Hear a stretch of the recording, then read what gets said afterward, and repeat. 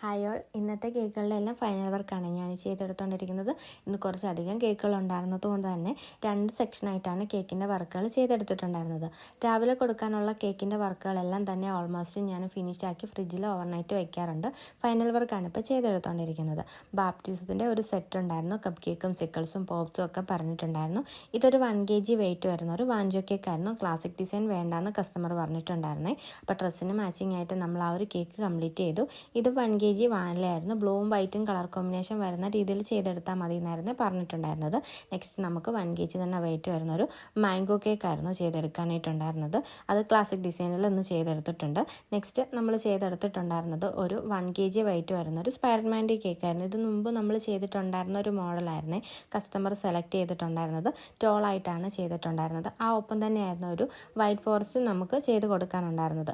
അതുകൊണ്ട് തന്നെ അതിൽ ഞാൻ ആ ഒരു പ്രിൻ്റ് വെച്ചിട്ടുണ്ടായിരുന്നു. ഇപ്പോൾ രാവിലത്തെ സെക്ഷനിലെ കേക്കുകളെല്ലാം തന്നെ നമ്മളൊന്ന് കംപ്ലീറ്റ് ആക്കി എടുത്തിട്ടുണ്ട്. ഇനിയുള്ളതെല്ലാം ഈവനിങ്ങിലാണ്. അതൊരു നെക്സ്റ്റ് വീഡിയോ ആയിട്ട് ഇടാമേ.